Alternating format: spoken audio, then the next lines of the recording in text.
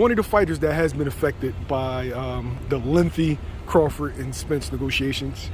Fighter Jaron Ennis. Yeah. Still doesn't have a date or an opponent for his next fight. Everybody the welterweight got. It's crazy how they just holding up the whole welterweight division, but everybody got to transition. Everybody got to wait. Everybody waiting on them. They holding up the whole politics of that welterweight division. But with Boots, no, it's funny.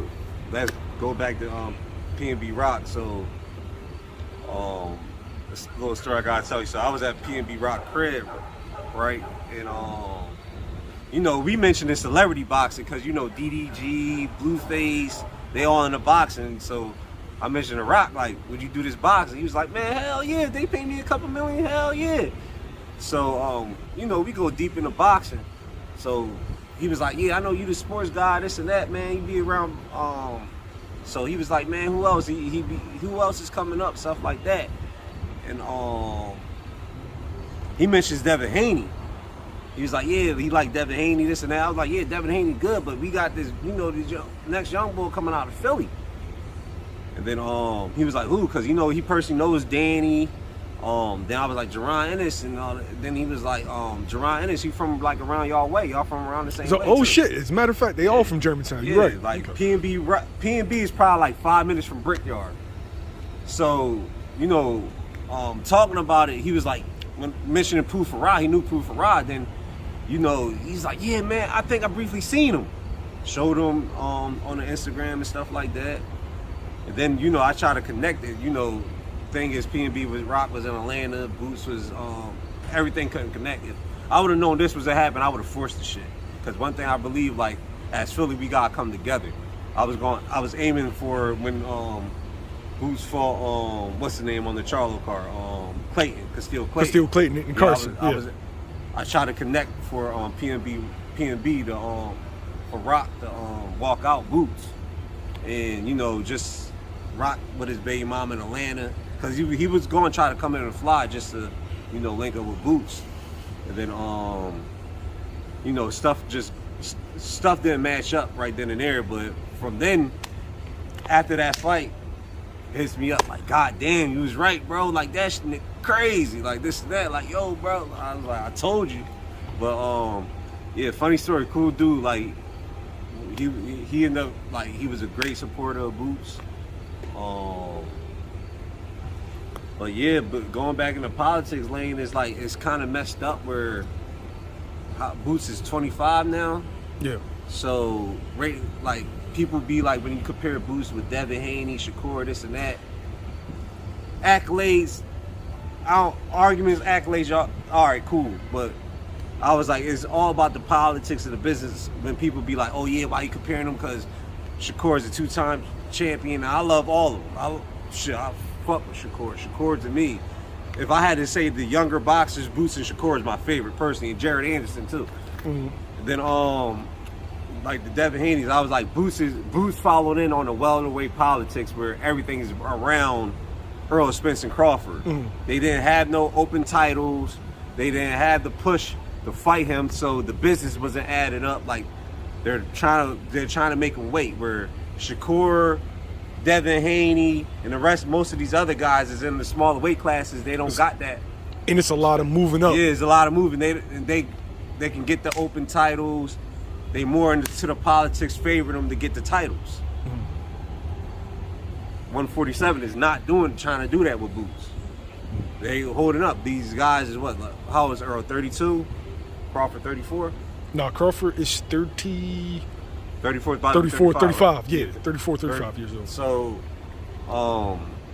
when I compared them, I say Boots to me is the best skilled fighter in the world. Mm-hmm. Fuck all accolades. I'm talking about when you just look in the eye and whoever box and just everything he do boxing. He's the best skilled fighter in the world, and that's not even being for Philly and all that shit. But the politics is not trying to match them up on the business wise yet. Maybe hopefully next year or two, or whenever that fight happens, I believe they're gonna move up and clear all them titles, and that's when Boots probably most likely gonna get a shot, even if it's like for an open title or whatever. But I want to personally see him fight because I want to see the best fight the best. So after that, if it was me, I'd be like, whoever wins or lose, y'all got to fight Boots and Virgil Ortiz, Connor Ben, Stanley Onis. Who else is out there? Keith Thurman. All them got to fight. That's another fight that the business I could see on Keith Thurman where he's like, man, I ain't trying to fight on these young boys. If something happens with Crawford, I'm the next big name with the accolades. So maybe I can line up against Spence, but who knows? Spence probably like Spence in his head, he probably like fuck you because you did me. But I also look at Spence as like you can't if you win and you stay around, you can't say that because now you're going to do Jaron Ennis and all them like Keith Thurman supposedly did you. So. Do you think fans understand that the politics when comparing certain guys, at this age this guy had this and this guy had that? Do you think fans understand that the politics and the way things are structured in the lower division is hard to compare to the higher divisions? No, I agree. Not too many guys move up from 47 to 54 because it's a 7-pound difference, as opposed to Shakur moving up from 26 to 30. That's only 4 pounds. When it's timing, smaller divisions, it seems like stuff opens up because you got to think about it. The 147, 54, that's the money division. Maybe 60 heavyweight, but them money divisions is really tied up on the politics. The smaller divisions is people really coming up and building to that. Think about it. Floyd started, 130? Pacquiao started at like 108 and all that shit. Cotto, 135? 140? 135, I think. 135, 135, 140. I can't remember. A lot of these guys who stars, even Oscar De La Hoya, they didn't start off at welterweight. 140, Shane Mosley, they didn't start off at welterweight. Welterweight, they built to go into the welterweight.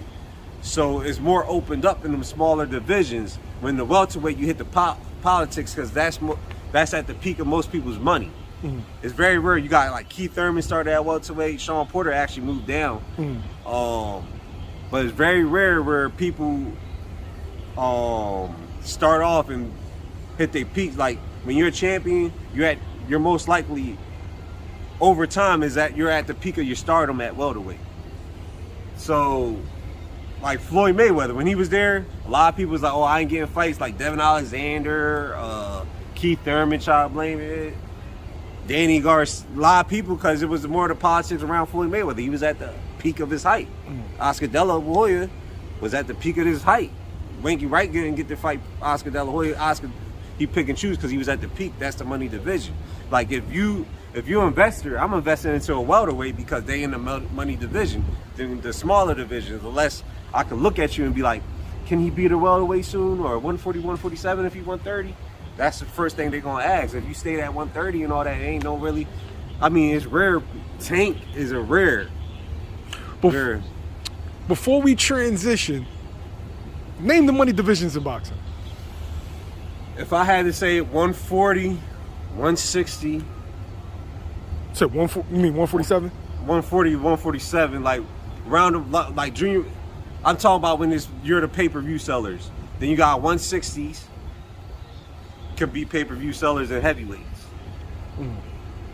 Here and there you might get a light heavyweight, but they ain't the main attraction. Cruiserweight, nobody knows about them in America. The lighter weights, not happening like. What about 35? 35 has been money. 35's historically been good, not great money, but good. But you got to think about it. Like, all right, this area you got Tank. Tank is doing pay-per-views by itself. They all didn't match up yet. Think of the 35s think of the people that's 35s that was pay-per-views. When you thinking about them, they went up to 147 and fought each other.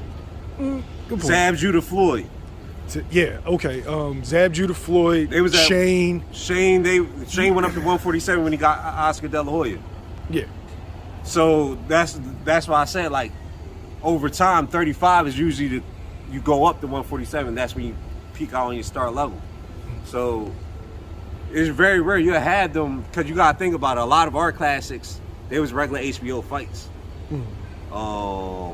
Most you got to think about it, like the Eric Morales, Pacquiao, Eric Morales, Barrera, all of them was mainly HBO, regular HBO. But then when like how many fights Manny Pacquiao Marquez had? Like 5? 4. 4? Their first one was at what, 135, right? That wasn't pay-per-view. True. They got the 147. That shit was pay-per-view.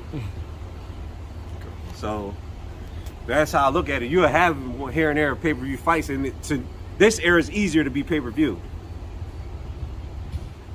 Yeah, this era is definitely easier to be pay-per-view than like 10 years ago for sure.